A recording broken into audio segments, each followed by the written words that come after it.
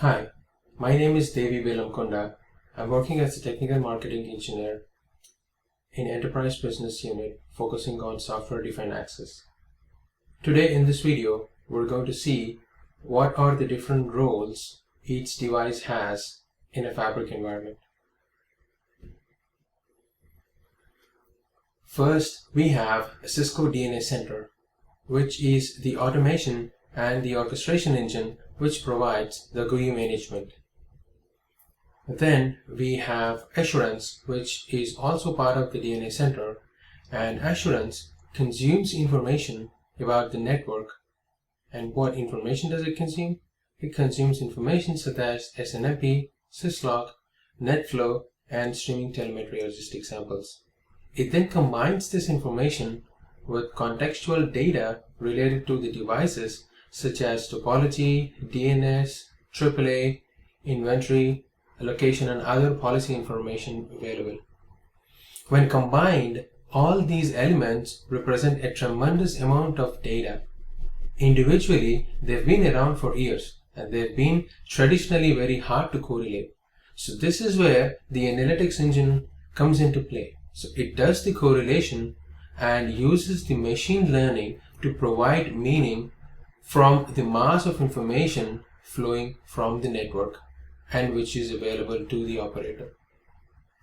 So we have combined the data for different tasks and with different context through our Assurance application.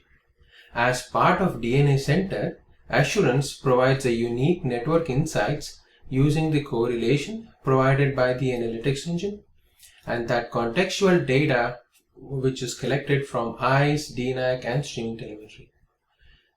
And that's all great, but what can we do with it? First, we can quickly find root cause for problems on the network much faster than is possible via manual methods. And second, we can use this root cause information to suggest action or remediation steps to more quickly resolve the issue.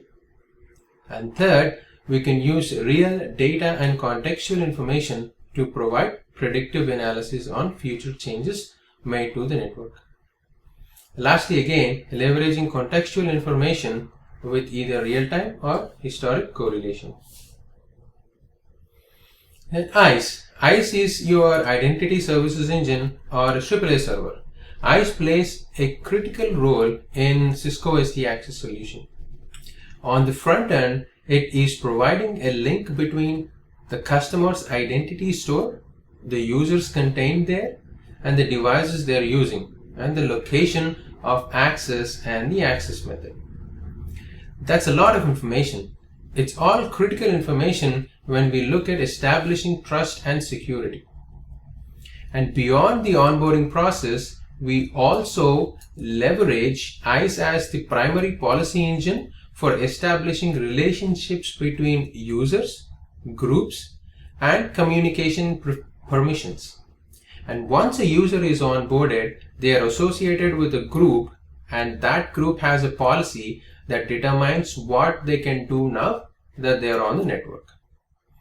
And the policy application within the DNA Center controller is simple, easy to understand, visually meaningful representation for crafting and managing policy. But it's really ICE that is responsible for executing the policy in the network. And lastly, because of the full contextual awareness ICE builds between users, groups, and access permissions, this information can be tied into Assurance.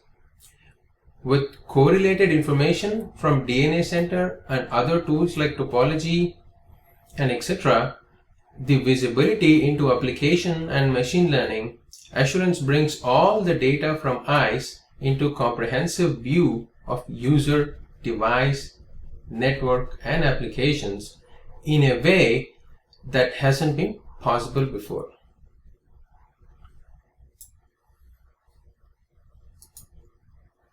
Control plane nodes.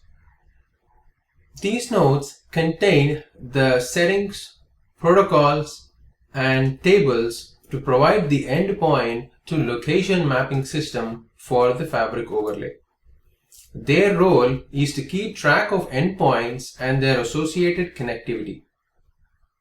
For instance, an endpoint connects to a fabric edge or a device connected to the wireless network.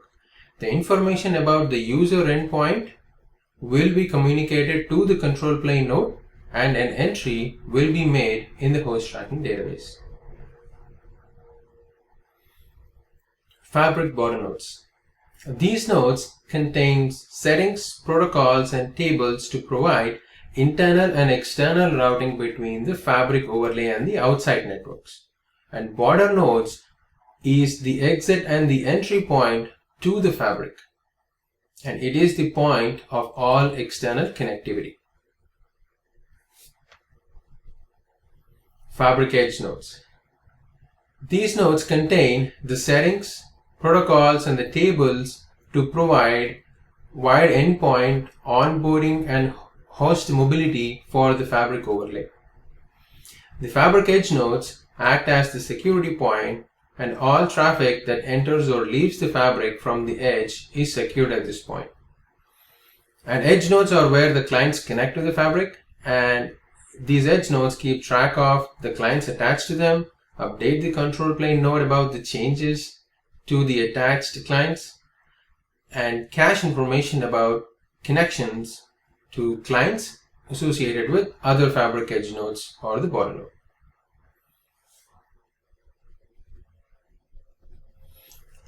A fabric wireless LAN controller proxies the client information about wireless clients to the control plane node. It is part of the control plane node, and it also serves in the same capacity as traditional wireless LAN controller in providing the radio resource management and other management functions for APs. And the fabric mode APs are VXLAN capable and fully integrate with the data plane function of the network. Extended nodes are typically Ethernet switches and must connect to the fabric edge nodes. Networking devices that are not deployed in the air-conditioned wiring closet, and these devices are deployed outdoors in the ceiling or in the roadside cabinets. Intermediate nodes are managed as part of the underlay and support the overall fabric environment. And these are the roles and terminologies in the SD axis. Thank you.